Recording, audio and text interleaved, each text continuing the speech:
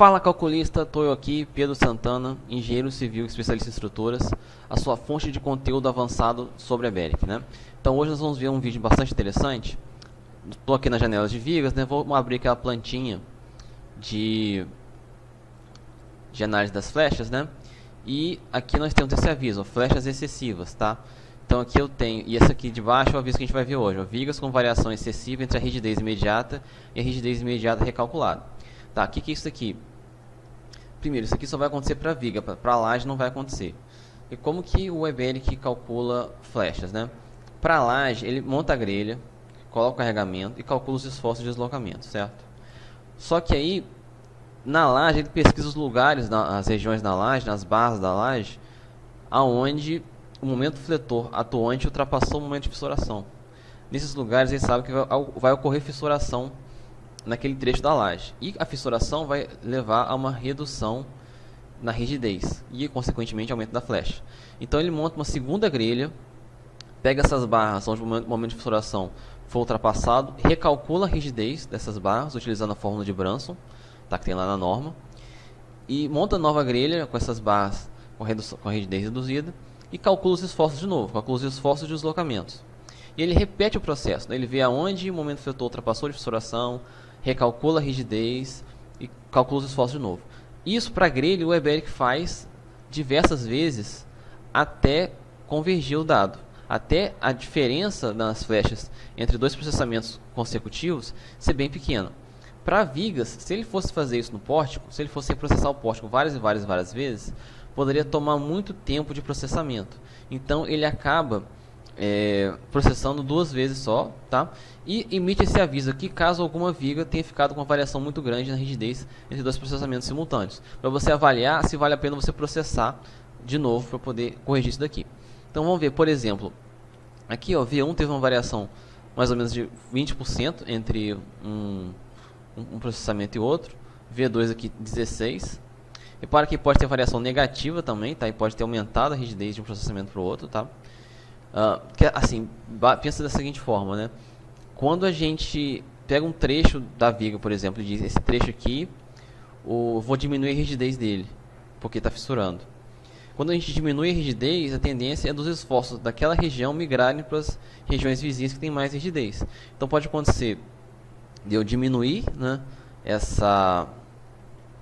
a rigidez, os esforços migrarem para outros locais e com isso, na hora de calcular a rigidez daquele trecho, né, eu tenho uma rigidez maior do que na primeira situação, porque a fissuração está menor.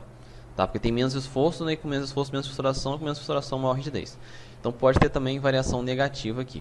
Tá certo? Então a gente vê aqui que, por exemplo, o V1, né, chegou a variar até 20% da rigidez de um processamento para o outro. Aqui para V1 ele calculou uma flecha de 2,06 centímetros. Tá? Então o que isso aqui quer dizer? Quer dizer que essa flecha aqui ainda pode variar muito, porque a gente não tinha convergido ainda a rigidez final. A rigidez dessa viga ainda pode variar muito, se eu fizer um processamento novo. Pode ser que varie ainda uns, sei lá, 10% aqui. E a tendência de cada vez que a gente reprocessar essa variação ser menor, a tendência é da gente convergir com o tempo, né? Mas como ainda está muito alta essa variação da rigidez, pode ser que no próximo processamento essa rigidez varia muito.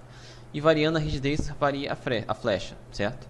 Então a gente tem que avaliar aqui se vale a pena a gente reprocessar ou não. Normalmente, se as vigas que estão com um problema de variação excessiva têm flechas pequenas, tá? Vamos dizer que a flecha de V1 fosse 20 mm, fosse 0,2 centímetros. E poderia dobrar a flecha, que ainda ficaria uma flecha pequena, dentro do limite. Poderia triplicar a flecha para 0,60, que ainda ficaria uma flecha pequena. Então, mesmo que ele esteja longe de convergir, dificilmente vai sair de 0,20 para 0,40, tá? Mesmo que esteja 50% errado, ele vai subir para 0,30. Então, se a flecha aqui fosse pequena, se todas as flechas dessas vigas aqui fossem pequenas, eu não me preocuparia em reprocessar o pórtico, tá? Mas aqui a gente está vendo que uma das vigas que está com variação excessiva, né, tá com uma flecha bem alta, 2 centímetros, e está bem acima do limite, né?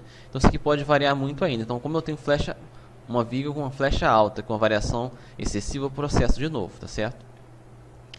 Só que falando de V1, né, pô, tá L sobre 112, então o limite é L sobre 250, mas V1, esse trecho aqui, ele é balanço, ó, esse trechinho aqui, ó.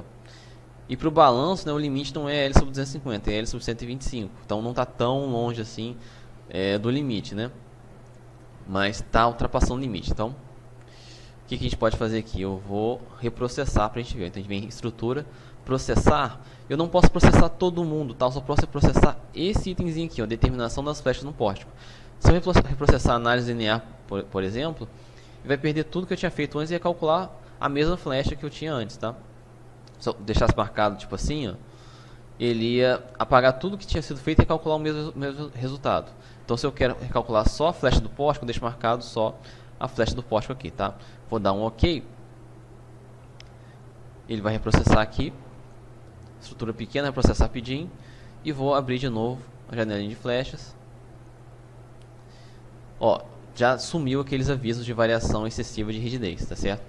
O limite do padrão debélico é 10%. Então se a variação entre um processamento e outro foi menor que 10%, ele não vai aparecer como variação excessiva, tá? E aqui reparem que V1 até acabou diminuindo a flecha, tá? Que, igual eu comentei, né, pode ter um aumento ou redução na rigidez entre processamento e outro, né?